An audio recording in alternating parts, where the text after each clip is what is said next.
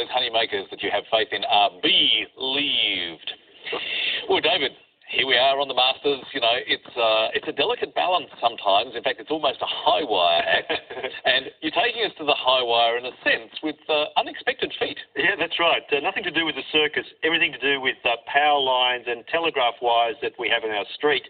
And often hanging from the wire, sometimes annoying the neighbours, are these pair of shoes. Strung together by the laces, up there dangling. Yeah, how did they get there? Why did they get there? I guess the how is the easy part. It's the why that is the mystery, and there's all sorts of conjectures about why. For example, it's a sort of turf marker. It's a sort of a place of shady repute, perhaps. It's just a prank. It's maybe a bully's act. It almost has no meaning at all because it has so many reputed meanings.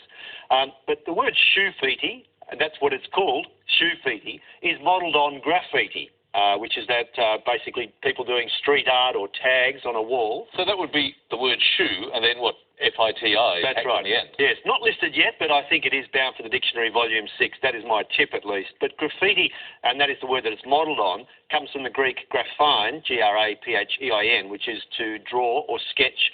And graffito, which is the singular version, is Latin for a scratch, because often graffiti was more scratching than painting or chalk. But moving away from that particular street art, there's another wonderful breakaway movement that is, I think, far more creative than throwing some shoes up on a wire, and it's called yarn bombing, also called guerrilla knitting.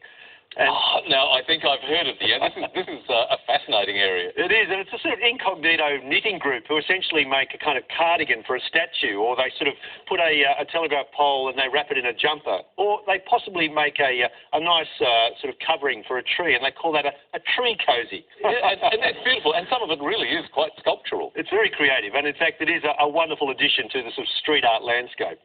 Creative words. Thank you, David. Pleasure. Scores, Jacob.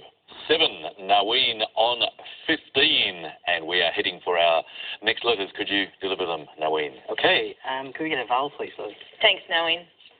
O. Another vowel, please. U. And a third.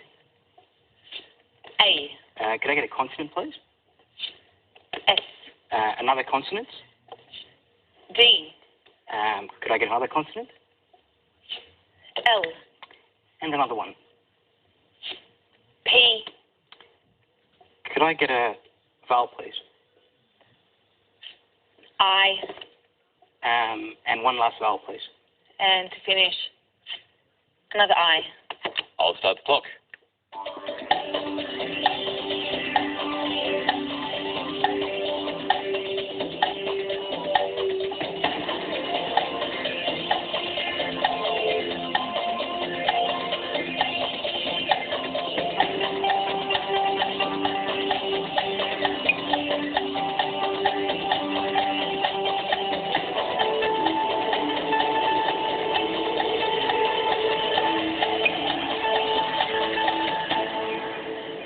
How did you go with those, Naween? 7, Richard. 7 for you, Jacob? Just a 5. Let's have the 5 first. Dials.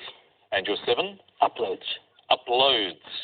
All right, David? It's lovely, going from dial-up to modern uploading. It's a great 7, and in fact, I found the same word. I didn't like those eyes. I threw the eyes out, and uploads staring back. So well played, Naween. Great 7. And a good score, 7 points.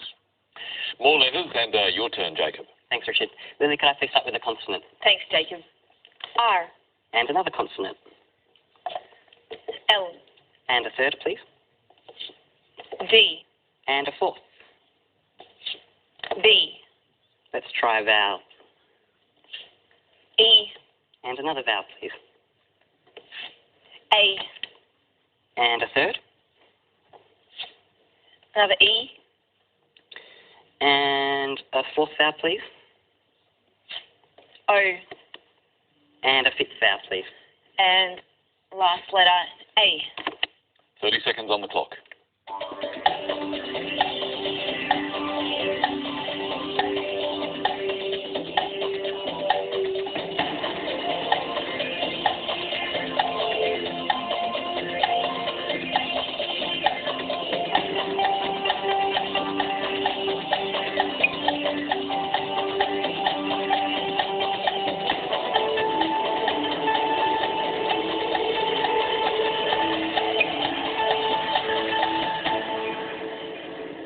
go, Jacob? I've got an 8. An 8. Sounds great. Naween? No, same. Let's have yours first, Naween. Adorable. And yours, Jacob? Readable. Oh, 2 great 8s, David.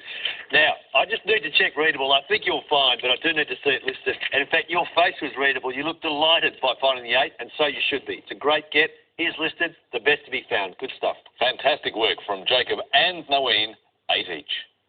We're back to the numbers again, and Naween, you may not realise it, but you and Jacob, in your previous appearances on the show, both have reached the target number, exactly the same number of times, 16 each successes. So it's a great record for both of you. What combination this time? Well, the pressure's on, I guess. 2 large, 4 small, please, Lily. Thanks, Naween. 2 large and 4 small. And starting with the smalls, 5, 7, 1, 6, and the 2 large, 75 and 100. The target to reach is 485. Can we get there?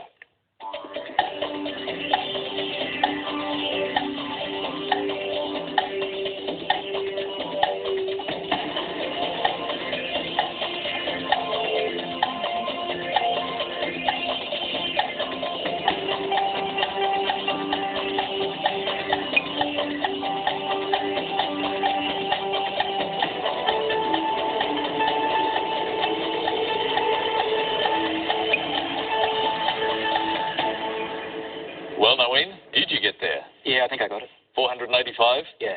Well done. And Jacob, your pen went down at, I noticed on the clock, the 13-second mark. You got there too? I did, yes. Well done. So, Naween, how did you do it? Okay, 75 plus 6 is 81, Lily. 75 plus 6 is 81. And I've made a mistake. You made a mistake? Oh, bad luck, Naween. So, over to you, Jacob. What was your approach? Lily, I started with 5 times 100 is 500. 5 times 100 is 500. Put that aside for a second.